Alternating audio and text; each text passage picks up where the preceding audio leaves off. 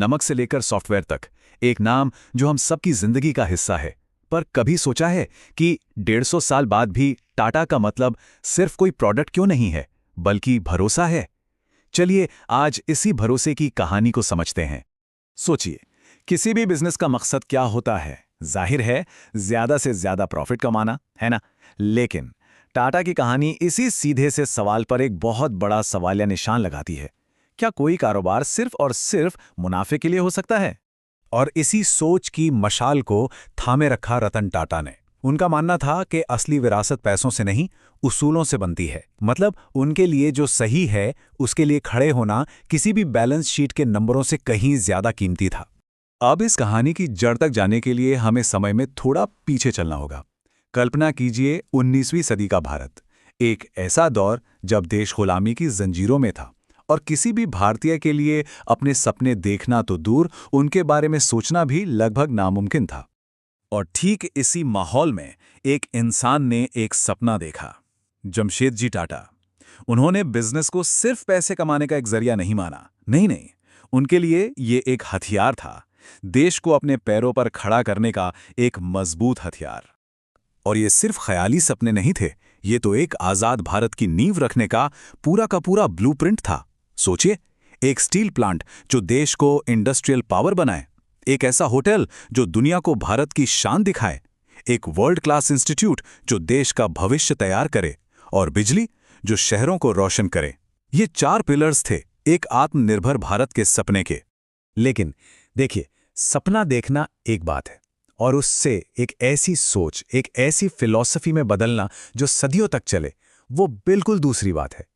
तो सवाल ये उठता है कि जमशेद जी ने इस सपने में भरोसे की वो मजबूत नींव आखिर रखी कैसे? इसका जवाब एक शब्द में है, ट्रस्टीशिप। ये एक बहुत ही अनोखी सोच थी। इसका सीधा सा मतलब ये था कि बिजनेस के मालिक असल में मालिक हैं ही नहीं, वो तो समाज की दौलत के सिर्फ रखवाले हैं, एक ट्रस्टी हैं। और उनका काम सिर्फ शेयर होल्डर्स को प्रॉफिट देना नहीं, बल्कि उस दौलत का इस्तेमाल समाज की भलाई के लिए करना है। और हां, ये सिर्फ कहने की बातें नहीं थीं। ये सोच टाटा के डीएनए में बस गई। इसका सबसे बड़ा सबूत ये नंबर 66%। ये टाटा ग्रुप के मुनाफे का वो हिस्सा है जो, अच्छा एक मिनट, ये पैसा जाता कहां है? ये 66% हिस्सा वापस समाज के पास जाता है। जी हां, जो पेरेंट कंपनी है टाटा सन्स, उसका 2/3 मालिकाना हक चैरिटेबल ट्रस्ट के पास है।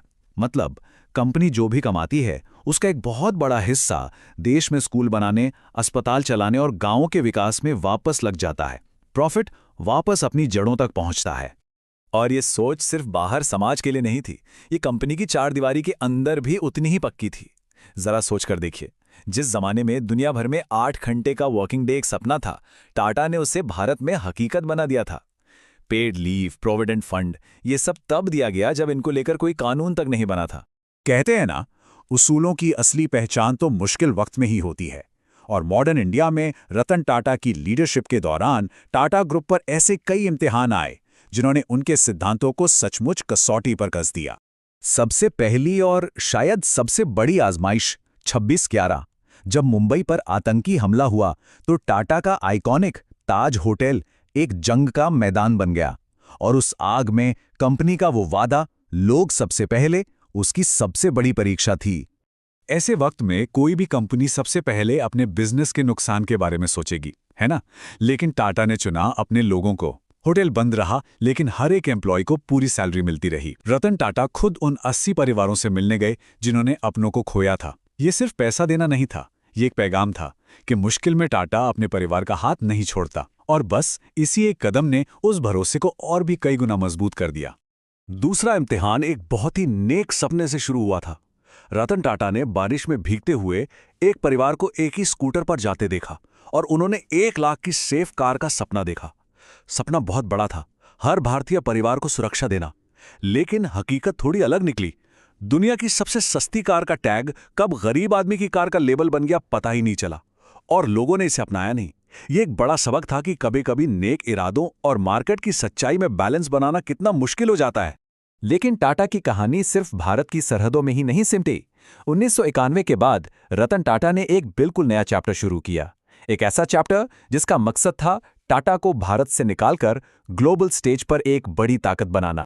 और उन्होंने ये कर दिखाया। टेटली टी, कोरेस स्टील और सबसे बढ़कर जगुआर लैंड रोवर जैसे ब्रिटिश आइकॉन को खरीदना ये सिर्फ एक बिजनेस डील नहीं थी। नहीं, ये एक भारतीय कंपनी का दुनिया को ऐलान था कि अब हम सिर्फ मार्केट नहीं हैं, हम मार्केट के लीडर हैं।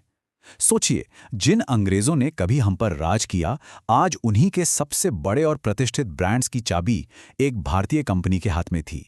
तो इन 150 सालों की कहानी, इतने सारे उतार चढ़ाव के बाद आखिर में टाटा की असली विरासत क्या है? सिर्फ प्रॉफिट के आंकड़े या कुछ और? हम घूम फिर कर उसी एक शब्द पर वापस आ जाते हैं, विश्वास, ट्रस्ट। और ये कोई मार्केटिंग स्लोगन नहीं है, ये वो कमाई है जो 150 साल तक लगातार सही काम करके और अपने वादे निभाकर हासिल की जाती है। यही टाटा की सबसे सबसे कीमती दौलत है। आज देखिए, टाटा ग्रुप सॉफ्टवेयर से लेकर स्टील तक, चाय से लेकर कारों तक सब कुछ बनाता है। बिजनेस चाहे कितने भी अलग हों, लेकिन वो सब एक ही मजबूत धागे से बंधे हैं, और वो धागा है विश्वास। और यही वो वजह है कि कोई भी टाटा नमक भी उसी भरोसे से खरीदता है जिस भरोसे से वो टाटा की गाड़ी खरीदता है। और आखिर में टाटा की ये कहानी हम सबके लिए एक बहुत बड़ा सवाल छोड़ जाती है। चाहे हम एक कंपनी चला रहे हों या सिर्फ अपनी जिंदगी, हमारी असली विरासत क्या होगी? वो पैसा जो हमने कमाया या वो मकसद जो हमने पूरा किया?